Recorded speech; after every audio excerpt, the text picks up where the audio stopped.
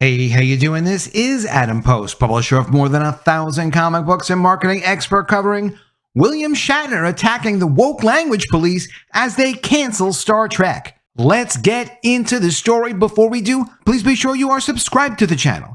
Click the bell for notifications. Give me a thumbs up. I really appreciate you guys. Coming from MRC TV, William Shatner defends speech and context against EU language police attack on Star Trek. Shatner has been out there trying to save the original iconic Star Trek. You may remember, he just went through this. William Shatner calls out Paramount for erasing iconic alpha male from Star Trek. Even Paramount themselves don't really want Captain Kirk around. And this is what he was commenting on. From The Sun, EU chiefs want to ban gendered phrases such as the classic Star Trek line, "To boldly go where no man has gone before." The bureaucrats say no man should be replaced by no one. And Star Trek is specifically called out by the EU. Phrases such as the iconic Star Trek quote, "To boldly go where no man has gone before," set to be banned by the EU.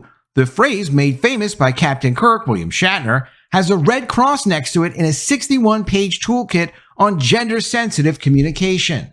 From the Daily Mail, EU calls for gendered language to be banned, with phrases such as "no man's land" or "Joe Public" axed, and king and queen phrased "queen and king" to put the female first. Back in 2020, before Elon Musk took over Twitter, William Shatner was fighting with people on Twitter saying cisgender is not an appropriate term to throw around. He called it a slur. Of course, he was right.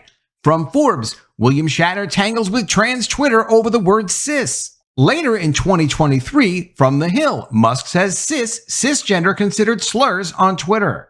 From MRCTV.com, Shatner defends speech and context against EU language police attack on Star Trek. Sometimes people leave it all behind, but sometimes the people involved in the creation of fictitious worlds remain in the spotlight, supporting the fans, supplying energy to the act of storytelling, and bringing attention to real events, real people, and real life that often gets disregarded by folks who might spend a bit too much time enjoying escapism and not dealing with reality. William Shatner, the man who established the iconic character of Captain James T. Kirk on the original Star Trek and its subsequent cartoon series and films, has done that dual lifting work for years.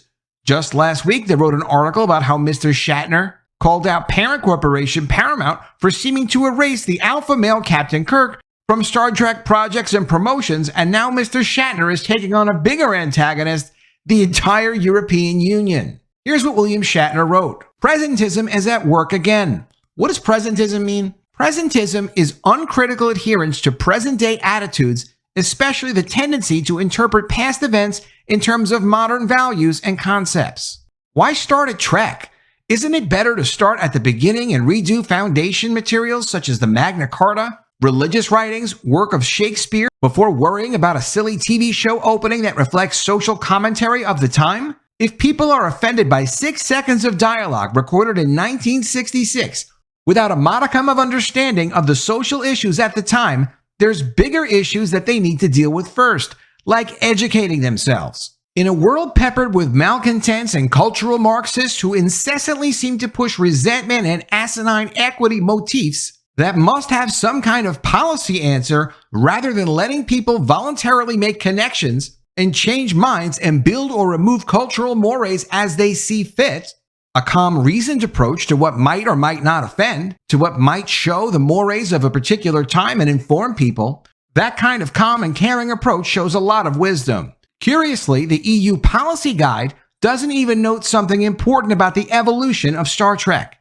Not only was the show path-breaking for its mix of characters and concepts, subsequent versions of the Trek intro that originally was made famous on the original series were changed. Grammatically, where no man has gone before is fine, because it stands for mankind. For example, humans, Homo sapiens. But even Trek adjusted to the clamor of feminist forces and to fans who noted that the United Federation of Planets also contained aliens. Thus, in 1987, the Trek producers changed the motto for the next generation to "where no one has gone before," and it's been that way ever since. The nervous, antiseptic, anti-reality mindset of EU bureaucrats stands on the opposite end of the peace spectrum. It's an excellent example of how the censorious, central plan, authoritarian mindset of politicians leads to a gray world, a world that doesn't inform us or develop naturally. The politicians want people to conform. But isn't life more enjoyable if we take William Shatner's approach and stop trying to homogenize everything and whitewash everything and stifle our intellectual exploration? Isn't exploration part of what makes everything great? I must declare that cis and cisgender would be considered slurs on Twitter, and there was a woke meltdown when he did that, but there's not a lot they can do. He does own and control Twitter. William Shatner was fighting against this years ago, and I was glad he was. This is from Forbes. William Shatner tangles with trans Twitter over the word cis. Space may be the final frontier, but even Klingons know better than to engage William Shatner in his favorite arena, the Twitterverse. For 6 days running, the actor, director, and author best known for portraying Captain James T. Kirk of Star Trek has been embroiled in a Twitter war of words. And the 89-year-old shows no sign he's ready to surrender. Shatner's view is that he's being harassed, debased, and more by the word cis, a word that stems from the Latin root that means on this side of, according to Sonny V. Brydom, writing in The Advocate in 2015. According to Brydom, trans means across, beyond, on the other side of. By adding gender to either word, a new descriptive is formed, transgender and cisgender, which simply means not transgender. A transgender person is credited with first using cisgender. As reported by both The Advocate and the Wall Street Journal, biologist Dana Leland DeFoss posted the word in an online forum in the mid-1990s. Warp speed ahead to 2020, and Shatner is merely one voice in a chorus of cisgender people on planet Earth who complain about the word. It is a slur. It is not something you get to call people. People get to be called whatever they want to be called. That's the whole point of their whole pronoun nonsense. And yes, normal, regular people that don't want to participate in whatever it is that those people are doing have a right to not participate and to not be called words they don't want to be called. Typically, opponents of cis resist the word so as to avoid being labeled. Quote, "I'm not cis, I'm normal," goes the refrain. A blogger named Steve Holm compiled a taxonomy of objections to cis in 2014. All these years later, that remains right on target, including the lament, "How dare you pin a label on me that I don't accept?" With sarcasm on full display, Shatner tweeted on Monday that in keeping with the times, someone calling him an old white man and a hateful bigot should also call him cis in all caps. Shatner expounded on his complaint about an hour later that same day in his response to a tweet by John Hennings of Nashville, Tennessee, who had complimented him. Hennings said he tweeted something along the lines of, quote, "I'm happily surprised that you didn't use cis in a condescending manner." Shatner quote tweeted Hennings to explain that he believes no one ever calls him cis except to insult him. Transgender and cisgender tweeters alike have spent every day this week from Monday to Saturday night challenging this presumption and defending cisgender as a neutral descriptor, to no avail. From his tweets, it doesn't seem to matter to Shatner whether someone has 7 followers or, like Jete Knox, more than 62,000. Shatner, who also used Twitter Saturday to promote Season 2 of his latest show, The Unexplained, on the History Channel, made sure it was clear in at least 2 tweets that he never had any problem with people being trans. And earlier in the day he responded, "How am I being transphobic? I asked the people not use the label cis because it's only being used as a divisive term of debasement and harassment. What I got back was, Bill, we have to call you that so we can define ourselves. That's a BS answer. If you need to use it, you're a troll." There are too many tweets to count, but one might guess there were thousands over 6 days, both in defense of Shatner and objecting to his objections. Users on both sides of the debate crossed lines of civility. In keeping with his well-established pattern, Shatner used the Twitter tool of blocking users to end arguments throughout the week and on occasion explained why. Shatner explained, "I ended up blocking this person because it appears from their other tweets that my disagreeing with them was due to my privilege," which is just another debasing and dismissive label that people use on social media. It proves my point. The actor also blocked a prominent trans journalist with 54,000 followers, accusing them of trolling for simply joining in on the conversation. This isn't Shatner's first voyage into the Twitter wars. In November 2019, it was another word that stuck in his craw. Boomer, as in the popular millennial phrase, "Okay, boomer." Quote, "Sweetheart, that's a compliment for me," he tweeted. Before that, it was a feud over his autograph policy, Native Americans, a Confederate monument, and the list goes on. And it's interesting, this whole "okay boomer" thing, it's all about denigrating people. None of it's positive. Like William Shatner says, it's all divisive, it all debases people, It forces people to get into an argument because there are some people trying to surround you and bully you and label you and dehumanize you.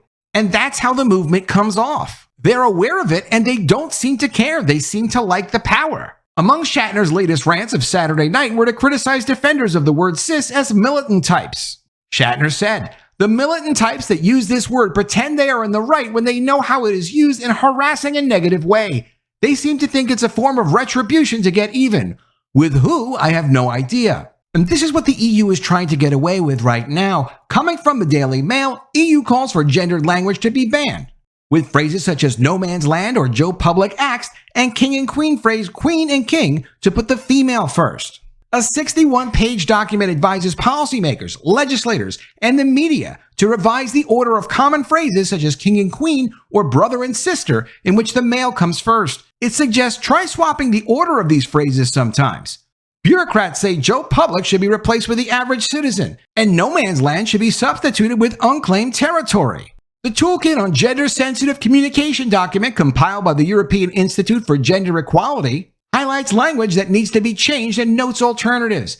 It also notes that terms such as shrill and pushy have strong connotations that are strongly associated with only women and should be replaced with high-pitched and assertive respectively. It says that virile, considered strongly associated with only men, should be substituted with strong or energetic. The famous Star Trek line, to boldly go where no man has gone before, is noted in the bundle as an example for which women may be subjected to invisibility or omission. Politician Nick Fletcher told The Telegraph, "I think it's nonsense, especially when there's far more serious issues going on at the moment that we need to be concerned about. The EU needs to take a good hard look at themselves and think about what other problems are going on in the world at the moment." He added, "We've got wars being waged, an energy crisis, and a lot of countries are dealing with the same kind of problems that are in the UK. Things like this are a waste of time." Former Tory MP Anne Whitcomb told The Sun, "It's ridiculous."